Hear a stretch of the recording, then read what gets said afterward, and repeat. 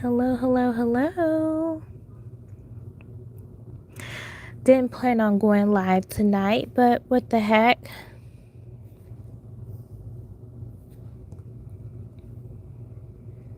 Just gonna kind of wait a little bit on YouTube because YouTube, for whatever reason, does not like pushing my videos recently. I don't know what's going on. So, I'm doing this live tonight because, you know, you all know that I kind of sit back and I don't really speak on things. I just kind of sit back and I observe what's going on. I try to stay in my own little lane over here where it's safe and no drama, nothing like that. All I'm going to say is this: I watch what's going on, I see what's going on YouTube in these spaces, and I'm just going to say this: I have not watched the full video. It is a 4-hour video. I have not watched it. Before I hopped on this live, I started to watch the video, but then I scrolled down to the comments.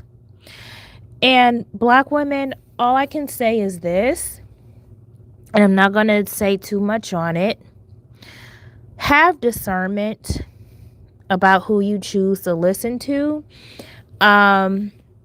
There are certain comments that I saw in the comment section of the video that kind of made me go, And you're probably wondering who I'm talking about. I'm not going to say the name. Hey, Melanie, how are you this evening? I'm not going to say the name because, y'all, I'm not trying to have no smoke with nobody. I literally don't have the time. You all can see that, I'm I'm barely on here now because I'm extremely busy with work and school. Like I have a whole new schedule going on, which is why I'm barely on YouTube these days. But like I said,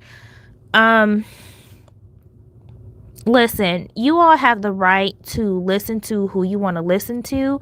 You have the right to follow who you want to follow. But all I'm going to say is just have discernment. Just have discernment about who you want to listen to. Have discernment about their message, because I understand that. Hey, Jazzy, how are you? I understand that preaching a word to Black women is very lucrative these days. It can be, unfortunately.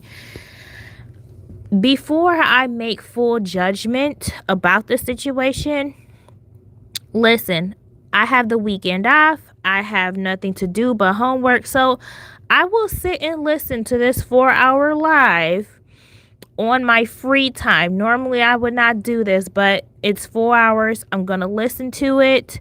I'm going to see what's going on and go from there. But I also want to say this: apparently this guy, I have seen the videos and I have also seen the videos on Sinji's channel.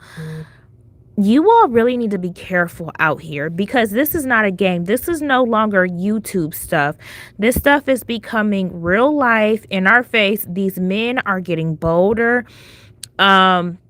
This particular YouTuber also, I suppose, I don't want to speak on anything that I don't know, because like I said, I have not watched the full video. I'm going to watch the 4-hour video and make a decision myself about breaking it down.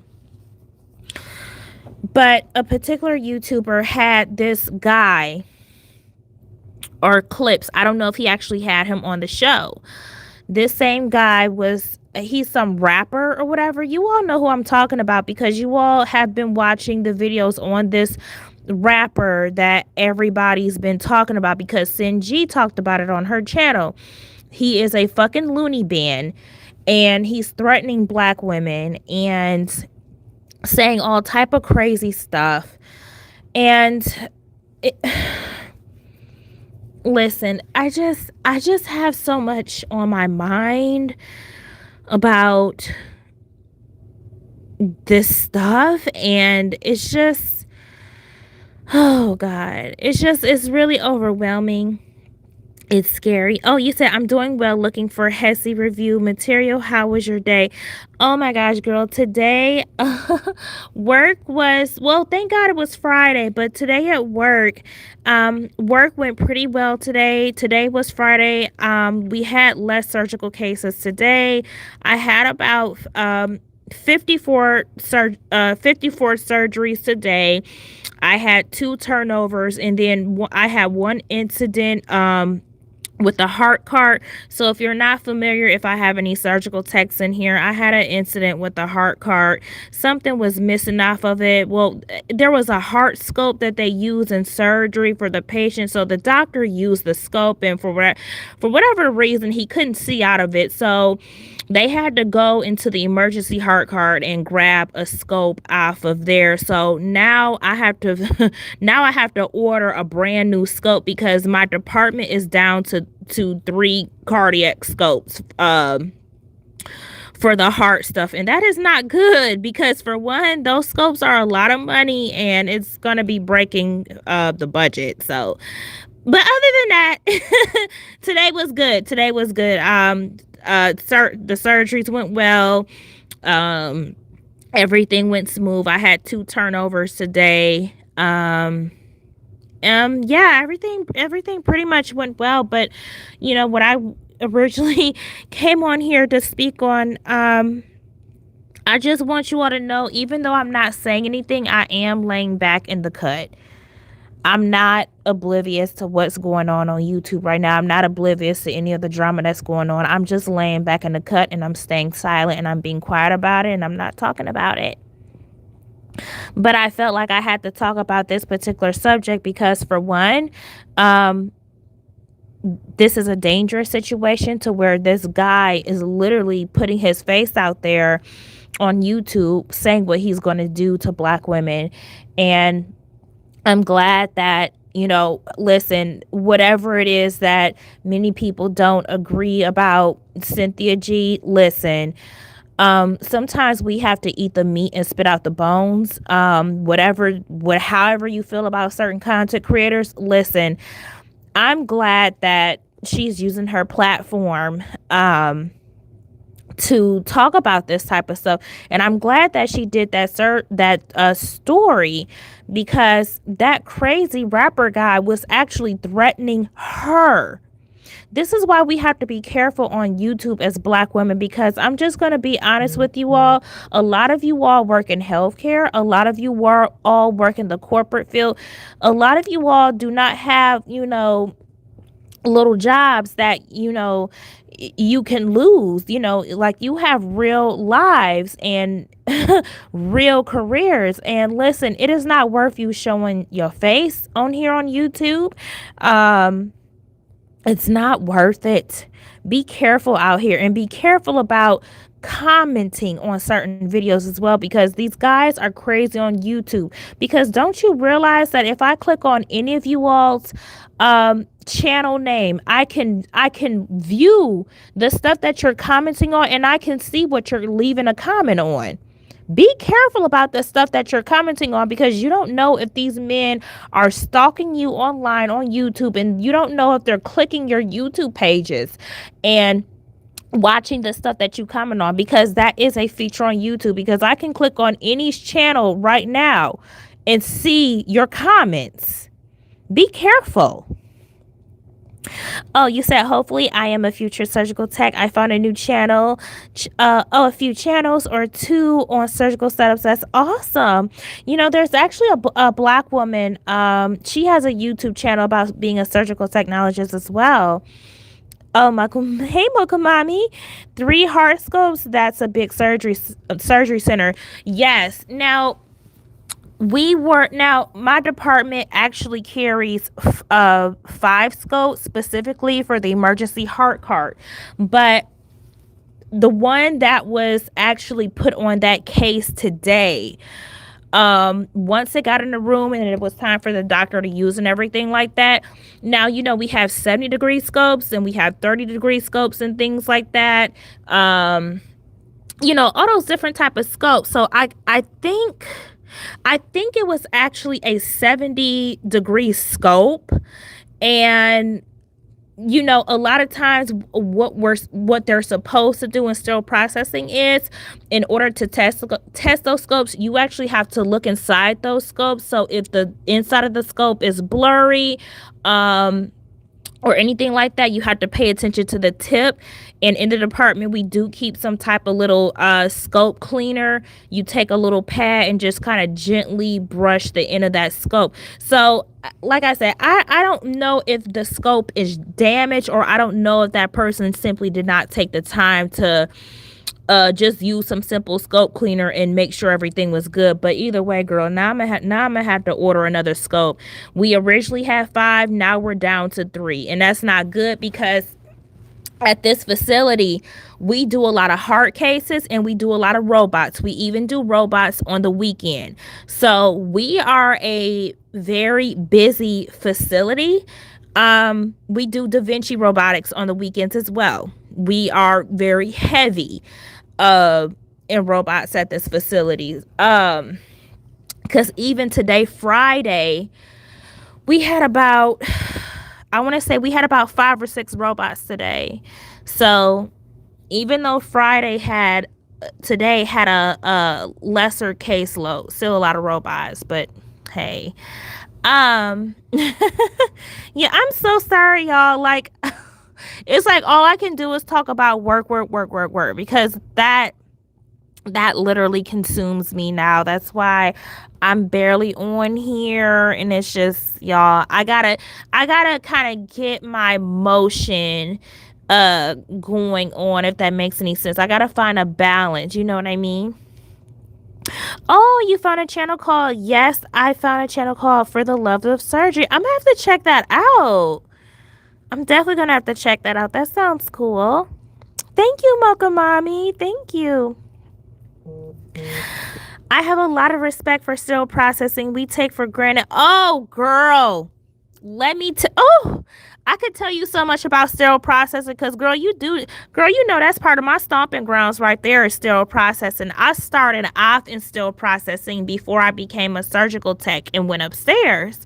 That was like my gateway into becoming a surge tech. But girl, let me tell you, I don't mean to toot my own horn, but baby, when it comes to processing some trays, now I can tell you the average for most facilities is 25 trays to be processed per person within an 8-hour period. Baby, I can do about 10 an hour, and I don't care what type of tray it is. If you hand me a vascular tray, if you hand me a minor ortho, a basic ortho tray, if you hand me any type of heart stuff, it don't matter. You can throw anything at me. I can get 10 trays done in an hour, sweetheart. I can go. My productivity can hit about 70 to 80 trays a day if I really go at it. Trust and believe. Yeah, y'all. Woo. But y'all, I'm so sorry I keep getting off topic. But yeah, y'all, like, I might need to do a sterile processing class, because the surgical tech program doesn't start until next fall.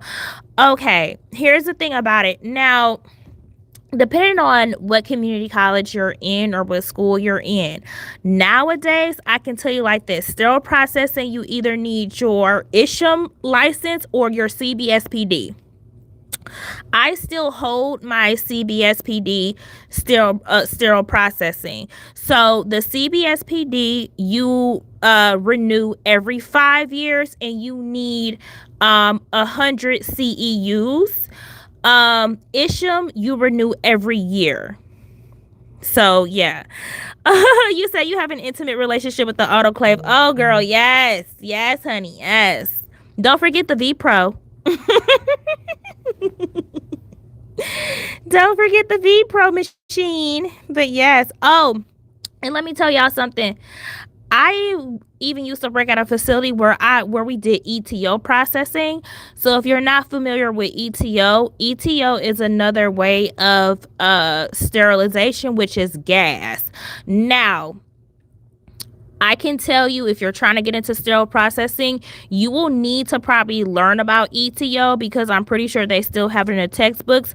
But ETO, they have found that it is cancer causing. So most facilities do not do ETO any longer, but you only do ETO with like certain scopes. So for example, if I have like a cystoscope, all of your cystoscopes are going to be sterilized through vPro. And you know, with the vPro machine, you have certain settings, y'all. Oh, but yeah, it's like 3 different settings or whatever. So you'll learn all that stuff though. You'll learn all of that as you go, and then you know you got to check your biological. You got to understand. Oh, also gravity, running things into the gravity load, and understanding what type of instrumentation can only be ran on gravity. And then, you know, with gravity, you have to have a different biological for that. So, I mean, it sounds like a lot. It is a lot. I'm not going to lie, but you'll learn it. You'll definitely learn it for sure. So, yeah. But yeah, I mean, sterile processing is like a really good stepping stone, because I mean, I might be biased, but I kind of feel like it makes you a better tech. Again, I'm probably a little biased because I went through that first, but it does give you more of an insight of the sterilization process and everything like that. Just, you know, you can kind of appreciate more of being a tech, because you understand what goes on in sterile processing, and you understand how the trays are built and everything like that. So it's pretty good. But most programs nowadays are like a year. But I mean, like I said, depending on where you live or where you take the class, it might be a little less time. But for the most part, some programs now, they make it a year because they really want people to get certified. They really want people to get certified, because when it comes to still processing, they no longer, you can't just come in and be grandfathered in. They want you to be certified, ISHM or CBSPD. You said, I'm excited because my mom was a surgical technician when she was in her early 20s too. I can ask her for her. Oh, most definitely. Yeah. So, girl, yeah, you got this. You definitely have this. But y'all, ooh, I didn't realize that I only had 2%. But y'all, I'm gonna get off of here. But anyways, listen, I'm gonna come back with my thoughts after I watch the full video, and I'm gonna tell you what I really think. Okay, I'm gonna talk to y'all later. Bye.